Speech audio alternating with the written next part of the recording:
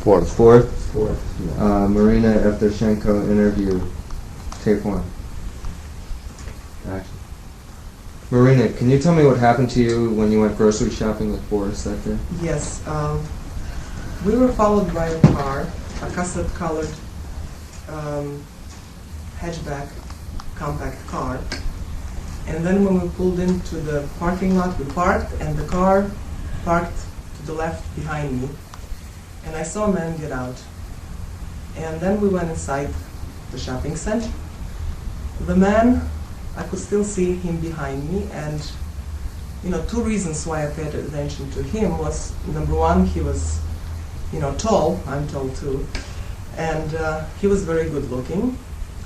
Number two, that this was August, very hot, 90-something degrees.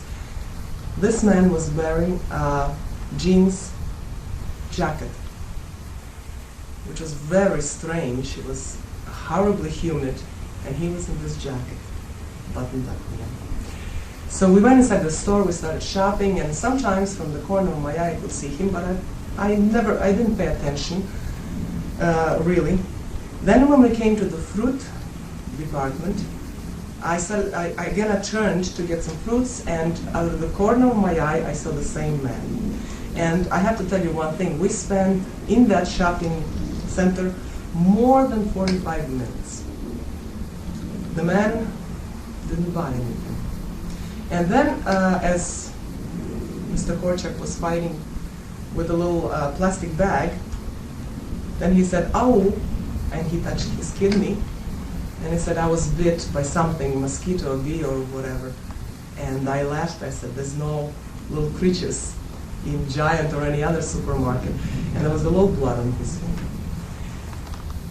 Then we went to pay, went outside, and then I stayed with the groceries just by the door, and Mr. Korczak went to get the car.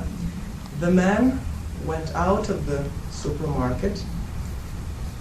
He had to pass by me. There was no other way. He stared at me, I stared back, and then I lost sight of him.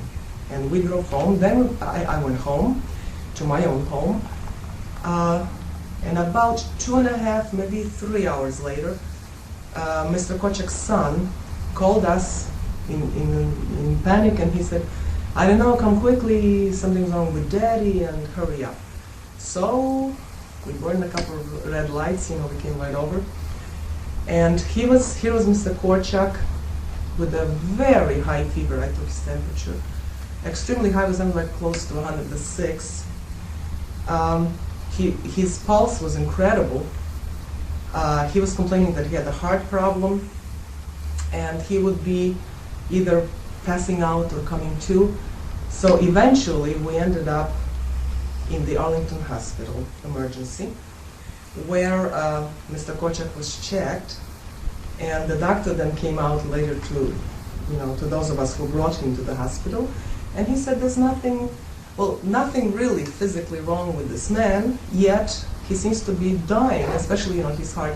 Plus we found out that he was bleeding internally. So we couldn't keep him in the hospital, we had to take him home. There was no insurance. And all of us, me and my friends, started taking care of him. We stayed with him. And the man was virtually dying for I don't know how many weeks. The fever would be up, the fever would be down. We had to give him heart medicine. It was awful. And he was ill, really ill, I would say, for around half a year. Did you ever see this man before, the man in the supermarket? Have you seen him since? We have seen him, I don't know how many weeks or months passed by. I'm not sure of the exact timing, but one time we were staying at Mr. Korczak's house in the afternoon, and he has a window that faces the street. And there was a car, the same custard-colored car, very slowly, going down the hill, as if trying to see what's inside the house. So I ran out. Mr. Korczak wouldn't run at the time. and he was following me, walking. I'm a little nearsighted, okay? So what I saw was, the same hairdo on a man, the same profile. I couldn't, see the eyes very well because at the distance, and I couldn't read the tag number either because he was sideways. And then as soon as he saw us, the car zoomed away, okay? There was another incident that the workers who worked at Mr. Korczak's house, they saw the same color car and somebody was taking photographs of the house, but I wasn't present at that incident. How long do you think you were taking care, and you and your friends were taking care of Mr. Korczak? I would say around half a year. He was supposed to be in a hospital, really. We couldn't, of course he didn't have insurance, so we had to take care of him. Was he bleeding heavily during that time? Yes, yes he was. From, how did that? Well, I did his laundry, I know. Did you ever see this pellet that he says he was shot Yes. with? Can you describe it? Yes, it was a teensy little, very shiny silver ball. It's like a tiny little pinhead. And when I looked at it under a magnifying glass, I could see the little, like a opening, cross opening. And when Mr. Korczak, actually, when he delivered the pellet, okay, we saw the blood clot, and it came out of the blood clot. It was, it was disgusting looking little sight. But were there other people with you when you saw the pellet? yes, yes. A lot of people have seen the pellet when I was present and when I was not present. I can vouch for, when I was present, that at least 8 people saw the pellet. And they examined it under the glass and everything. Was there ever a later diagnosis by the doctors? Yes, we took Mr. Korczak for the second time to the emergency. He developed a lot of other complications. And this time we asked the doctor to look further into his blood analysis. The doctor found 2 germs present in his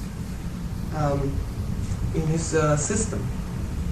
One fairly common one that you and I can, that's how he explained to us. One very uncommon that is almost impossible, just to develop by itself. It has to be either implanted or something like that. Which doctor was that?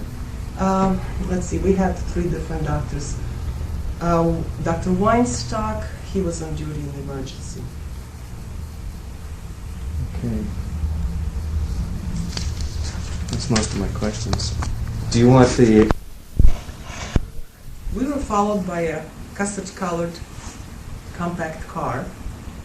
We came to the parking lot. The car parked slightly to the left in the back of us, and a man got out. And he, why I kind of paid attention to him, number one, he was tall. I am tall myself. Good looking. Also, he was wearing a jacket, a